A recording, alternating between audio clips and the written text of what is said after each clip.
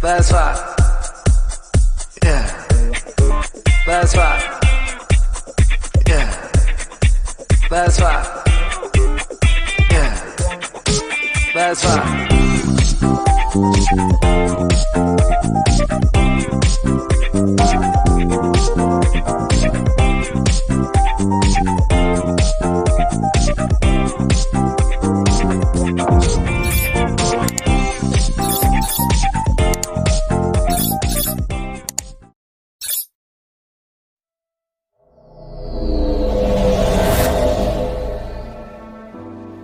There's an old grave in New Hampshire. The victims that lay inside of it were victims in the Brook case, found inside of barrels in the middle of the woods. Unable to identify the victims, they had to be buried anonymous, where the grave simply reads, "Here lies the mortal remains known only to God of a woman, aged 23 through 33, and a child from age 8 to 10. Their slain bodies were found on November 10th of 1985 in Brook State Park. May their souls find peace in God's loving care." There is no real answer as to why so many bad things happen. Sometimes I lie awake and think to myself, does evil really exist? Because even the nicest person can do the most evil things. What type of person do you have to be to do this without a shred of empathy or a glimmer of a conscience? People are buried alone for one thing, because they have no one by their side, no one to stand up for them, no one to fight for them. But even when there's no one there to fight for them, the blood of the innocent will cry out from the dirt itself and scream justice. Oh, sweet justice. Sweet, sweet justice.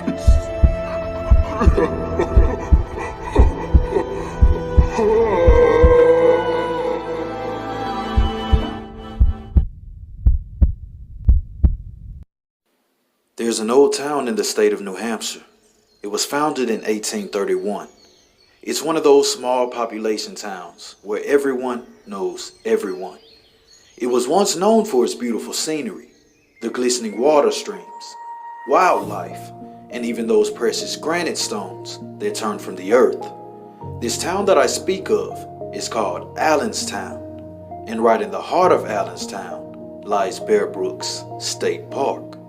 Brook's State Park, which is absolutely massive. It sits on over 10,000 acres worth of property, and it's comprised of 40 miles worth of hiking trails. Like, it's real big. There is a ton of the park that very rarely, if ever, gets traveled by humans. It's just thick, dense forest as far as the eye can see, and if you're not careful, you could very easily get lost out there. Brook State Park would become infamous for a tragedy that would occur. Not only would people lose their lives, but they would lose their very identity. They would go from being full of life to nothing more than a case number. Finding their identities wouldn't be easy, but the key would lie with one person. This is the story of the family man.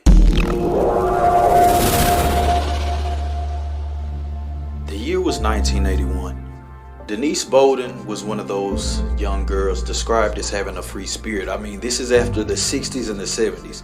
You know, the great hippie revolution. If you ask someone who grew up around that period, they would tell you that things were more relaxed back then.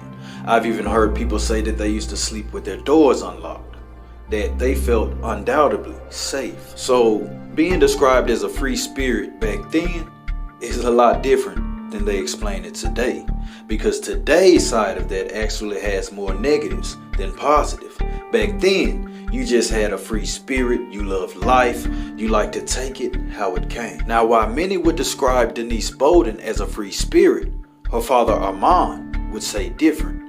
He would basically explain that she was getting into the wrong crowd of people, not exactly walking a straight arrow. The repercussions of her lifestyle would actually lead her to being 23 years old and also a single mother. She was a mother of a 6-month-old young girl. Her name was Dawn, but as fate would have it, Dawn Bowden wouldn't stay a single mother for long. Fate would have her cross paths with a man named Bob Evans. He was an electrician. He had recently moved back to Manchester. Bob Evans was a rolling stone. Being a skilled electrician, with that career you can basically pick up and move anywhere you want to. If your trade is in demand, you will always be needed. And that's exactly what Bob Evans did. He traveled, but we'll get to that later. After Denise Bowden and Bob Evans briefly dated, she decided that it was time for Bob to meet the family. In November of 1981, Bob would attend Thanksgiving dinner with Denise and her 6-month-old daughter, Dawn. Denise's father, Armand, would actually explain the situation as nothing out of the ordinary. That is, until dinner time came. While at dinner, Bob began explaining to the family how, due to some bad debts they had, they'd actually be leaving the area soon, which, odd dinner conversation, but I mean, okay. Now keep in mind that this is Bob Evans' first time actually even meeting the family. So, that's kind of out of place for him to be saying, well, by the way, I know I just met you, but I'm taking your daughter and I'm heading out of state. But nonetheless, Denise Bowden is grown. She has the right to choose what she wants to do. Well, less than a week later, he actually takes a drive from Goffstown. Yes, Armand lives in Goffstown.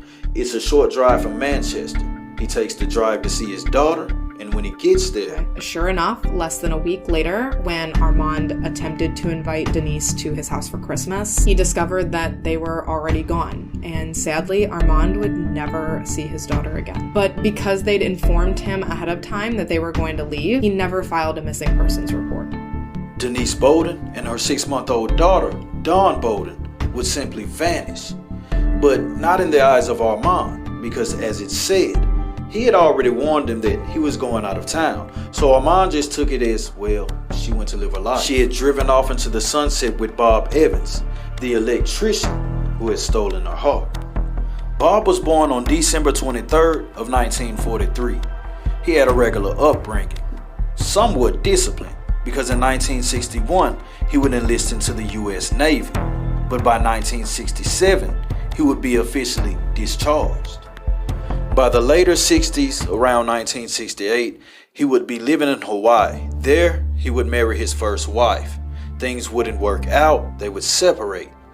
By the late 70s, around 1978, he would be working in Houston, Texas. So now you might be starting to understand why I called him a rolling stone. I mean, this guy gets around, which brings us back to present date, 1981, where he drove off into the sunset with Denise Bowden and her 6-month-old daughter, Dawn. At this point, it's safe to say that Dawn Bowden and Bob Evans wouldn't work out, because by 1984, he would pop up inside of California, where again he would be working as an electrician. But Dawn Bowden and her mother, Denise Bowden, were nowhere to be seen. But there is one funny detail about this story, because while living in Los Alamitos, California, Bob Evans would change his name to Curtis Kimball. Now back in the 70s and 80s, it really wasn't that uncommon to be changing your name. It wasn't that easy to track you. Technology wasn't that up to date. Even if you got caught by the police, you were fingerprinted and logged in their area. But there was no database to look you up. So back then, a lot of people would just change their name. That way they don't bring their criminal history to their new employer. Most of the things back then were done on the honor system. You filled out the application and they took you at your word that you are who you say you are. But nonetheless, now going by the name of Curtis Kimball, he would continue to live his life. But Denise and Dawn Bowden were still missing. Where were they? They wouldn't just disappear off the face of the earth. Time begins to elapse. Denise's father, Armand, slowly begins to accept the fact she's not coming back. And rooted deeply inside the mystery of them vanishing would be the key that would unlock every door to every answer. But before that can happen, you must answer the question, where is Denise Bowden and her 6-month-old daughter, Dawn Bowden? Everyone has that one place that they like to escape to, even if it's only in your mind, a place of tranquility. I would imagine that Allenstown would be one of those places where you move to, where you don't want to be alone, but necessarily don't want to be bothered either. It's a small community. In the year of 1985, a few Allenstown residents that were children were playing in the woods. As 10-year-old children, they had no idea what they almost uncovered. They would stand directly in front of the very thing that would change the world. Literally, it would be the root cause of scientific evolution when dealing with crime scenes. But for now, they're just children who just so happen to stumble upon these. Jesse Morgan and his friends absolutely loved to play hide and seek in the woods. All of the children would hide while one of them would ride around on a four-wheeler and try to find them. So it's summer, 1985, the kids are out playing in the woods, having the time of their life. Woo, summer break. When they stumble across something unusual. The discovery of a 55-gallon drum. Now, the boys got curious and decided to check it out. While observing this 55-gallon drum, the boys would decide to try and pry it open. Once open, they would be hit with a very rancid smell. They would then decide to knock the barrel over. Once knocked over, a white fluid would escape the 55-gallon drum. With the boys being young, they would describe this as being similar to spoiled milk. After this occurred, the boys would just go back to playing as normal, and they would leave the barrel there. And for months, the barrel remained right there, just as the boys had left it. Until November 1985, when a hunter happened across the very same barrel. He also decided to take a closer look. But this time, after exploring it for just a few moments, he realized that the contents of the barrel appeared to be human remains.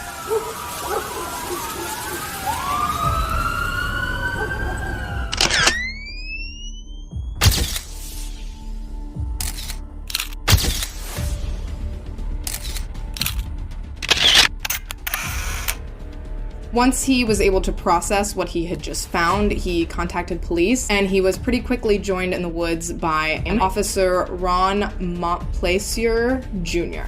Officer Ron makes his way over to see for himself what's really inside this barrel. When he opened the plastic bag that had kind of slumped out of the barrel, the first thing that he saw was a human skull just looking right at him. That was all the information he needed. State police, as well as the Attorney General, were then notified and a full-blown investigation began. Inside the barrel was not one, but two separate bodies. One of an adult female in her early 20s to early 30s, and one of a female child between the ages of 8 and 10. Both victims' cause of death would soon be revealed to be blunt force trauma to the head. Other than that, unfortunately, there was nothing immediately identifiable about them.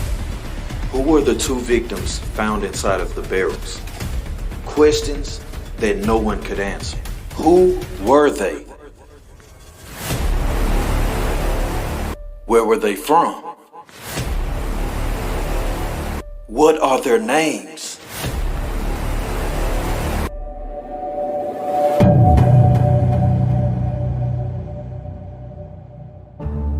News quickly spread about the barrels in Allenstown. When this happened, it had people looking at each other as if they were suspects. After all, in a small town like this, it could be anyone. Your neighbor, your mailman, the local grocery store clerk. By now, I'm pretty sure that you thought that maybe the bodies belonged to Denise Bowden and Dawn Bowden, but that wasn't the case in this situation. The bodies inside of the barrels were complete mysteries, without any type of forensic evidence, no witnesses, no names, no background information. The case quickly went cold, and for a long time they didn't even have any suspects. That is, until a turn of events happened. Something promising seemed to come along. Meet Allenstown resident Robert Steffens. And let's just say that he prefers his mates to be young, very young at that. Well, a tip come through that around the time that the barrels were discovered, he was seen in his yard doing some suspicious things. When word got to circulating around that maybe he was a person of interest, he relayed the message to the people that if the police come here, I'm shooting. Vowing to retaliate in violence, this makes him look very promising.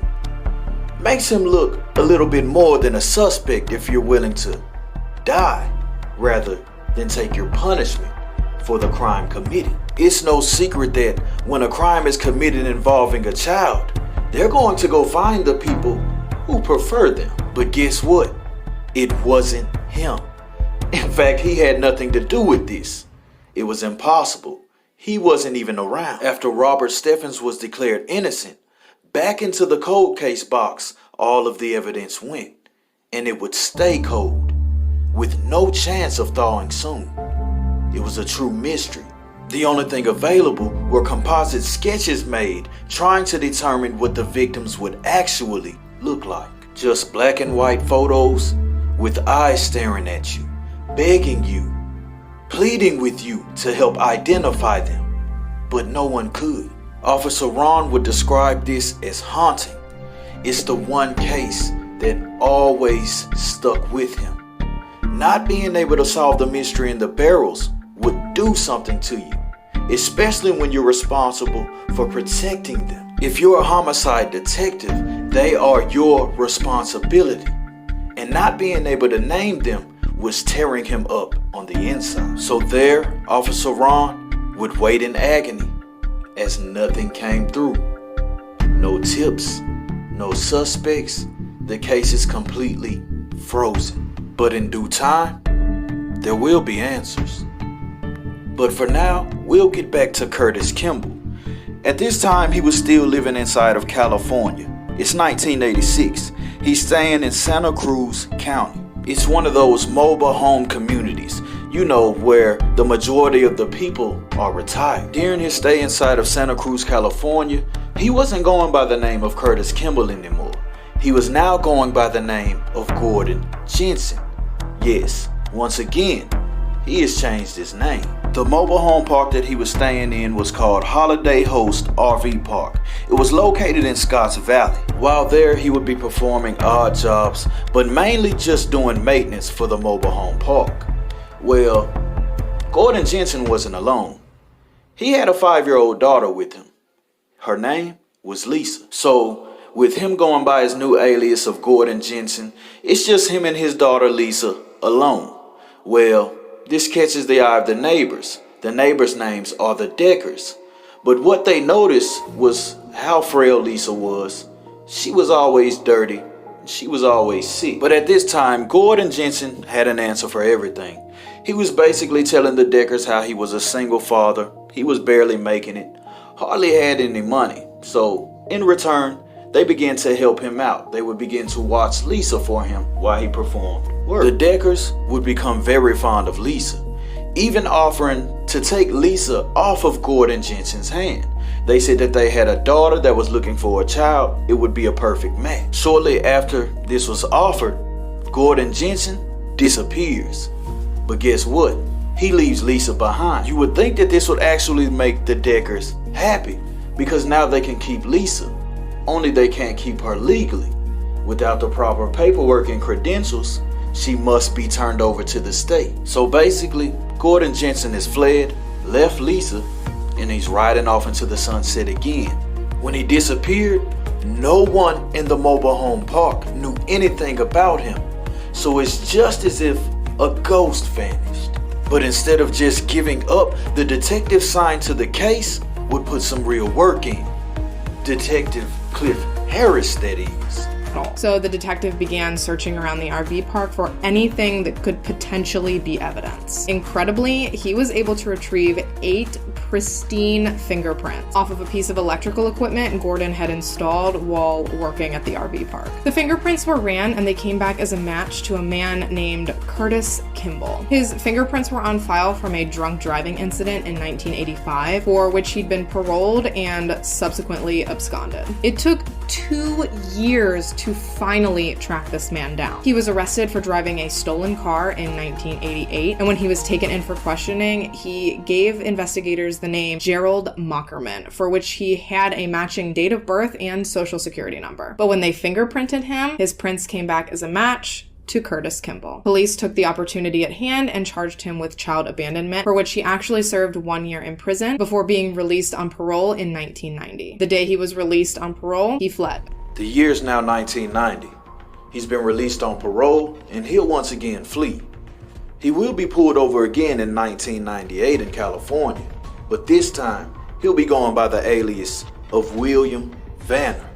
Yes, he has once again changed his name. But the thing about this guy is, you need to realize that he also had matching social security numbers. So with the right paperwork, you can be whoever you want to be. So it's 1998, and he once again rides off into the sunset. Back in the state of New Hampshire in Allenstown, the mystery of the barrel is still a mystery. It's still a cold case. No new findings. That is until a turn of events. Little did anyone know, shit was about to get even weirder.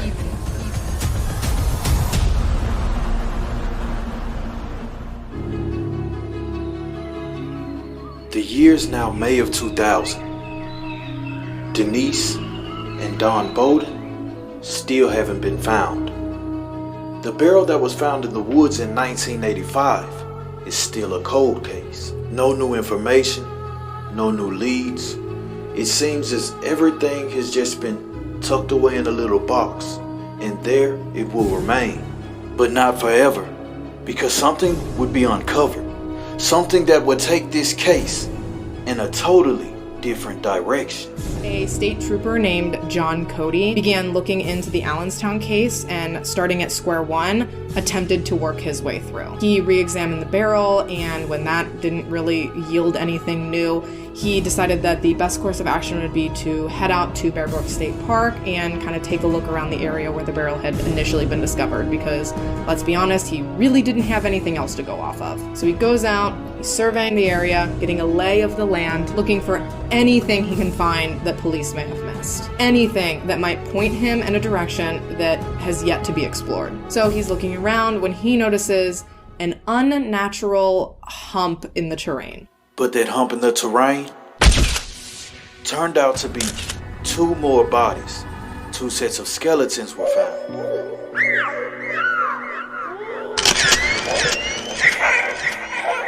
Now on top of the barrel found in 1985 with two bodies inside of it, they now have two more in the year of 2000, bringing the total to 4. The barrel appeared identical to the first, right down to the fact that it also contained the skeletal remains of 2 female victims, one of which was between the ages of 1 and 3, and one that was between the ages of 2 and 4. Now, I have some thoughts. Mainly, how in the hell did y'all miss that second barrel the first time? If this one single man saw it on his first trip out into the woods, you're telling me that the waves of cops that had already been through there never so much as looked in that general direction? Not one single person was like, maybe we should fan out, see if there's anything else worth looking into. They claim that it was outside the proximity of the initial, crime scene, but, it was 100 yards away. 300 feet. 0.05 miles. It takes, on average, 20 minutes to walk a mile. 5% of 20 is 1. It was a 1-minute walk from the first barrel. How is that outside the proximity of the crime scene? You're telling me that an outdoor crime scene is not at least 1 minute in any general direction? That shit just blows my mind. Now the total is 4. 4 unknown human beings. 4 human beings found inside of a barrel. They didn't have any evidence the first time, and they most certainly didn't have any this time. It will remain a cold case. Despite efforts to once again track down the victims, it was a failure. And now it's looking like no one will ever solve this mystery. At this point, there are so many unanswered questions. Where is Denise Bowden and her daughter? Who are the 4 victims?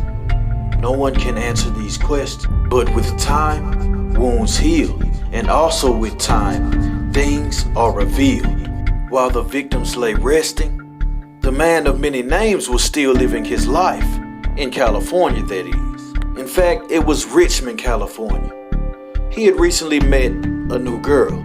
Her name was Unsun Jun, a chemist who worked at a biotech company near Richmond. Unsun Jun was described as a free spirit as well, but she was also described as lonely, often doing pottery in her makeshift lab in the garage.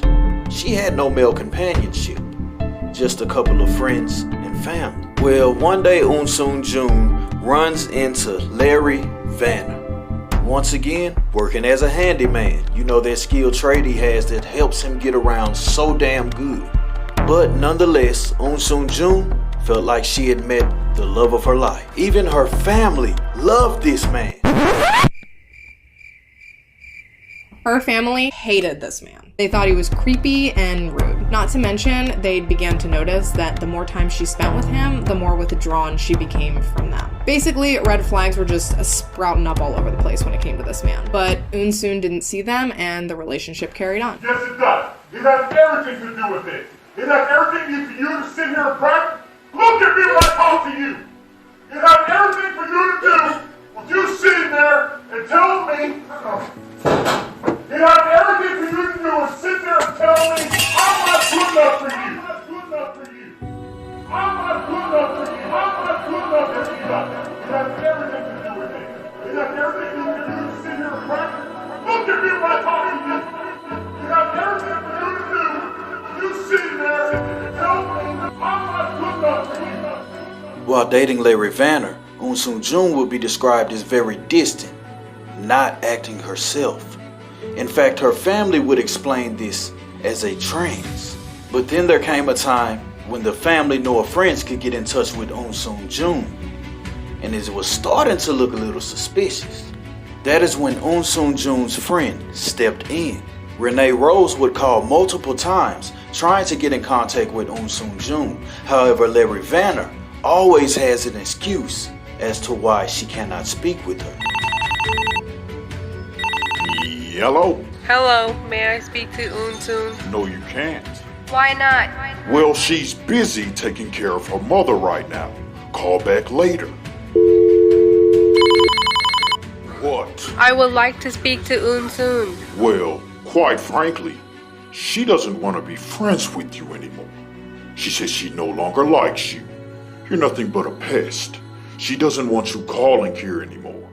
So I think that would be the best idea. Leave us alone. Eun Soon's friend Renee Rose told him that if she hadn't heard from Eun Soon by the time she returned home from vacation in 10 days, she was going to call the police and formally report her missing. And when she returned home and saw that she did not have a message waiting from Eun Soon, she did just that. Basically, don't mess with Renee. Roxanne Grunheide, a detective for the Contra Costa County Sheriff's Office, received the call. The missing persons investigation kicked off fairly traditionally by questioning the partner, Eun Soon's boyfriend, Larry Vanner. Detective Grunheide described him as polite and soft-spoken, noting that he could very easily seem trustworthy. However, what he wasn't was cooperative. He spent the interview deflecting questions and telling stories to waste time, and he barely ever even mentioned Eun Soon. Yesterday morning I had some things to attend to, but I did call you, I thought, in a reasonable time. You did. And at that time you said that you'd give me a little bit of leeway for a couple of days until I could get my ducks lined up, or whatever term you prefer to use. That's true. So what I was doing was making arrangements to get my ducks lined up. Okay. And now you've got me up here. Okay. So here I am. Now, okay, we've been through this road already. Okay. Everybody is different. Right. Law enforcement people are human beings like everybody else. Like every other individual. Now, I haven't talked any more about Eun Soon's problems or my problems because, frankly, you're not my priest, No. and you're not my doctor, and both stories have their place. You know, gossip has its place in society sometimes, but I'm just not going to say any more about Eun Soon or myself right now. Well, Because, with the understanding I that mean, frankly, no, I'm not going to cut you off. Hmm? I'm not going to cut you off. And I've always tried to live by the motto that there's no defense against the truth. But sometimes it's hard to find out what the truth is. You got one side, the other side, and something down the middle that people might perceive to be the truth. Where is Eun Soon Jun? A question that will be answered on the next part. This will conclude part 1. Make sure you subscribe so you can stay updated for when part 2 comes out. The questions still remain. Where are Denise Bowden and her daughter, Dawn Bowden? Who were the victims inside of the barrel? Where is Unsoon June? All of this will be answered and more. I took the liberty of doing extensive research, and I also uncovered some facts that will be mind-blowing. This story is far from over. In fact, I've only told half of it.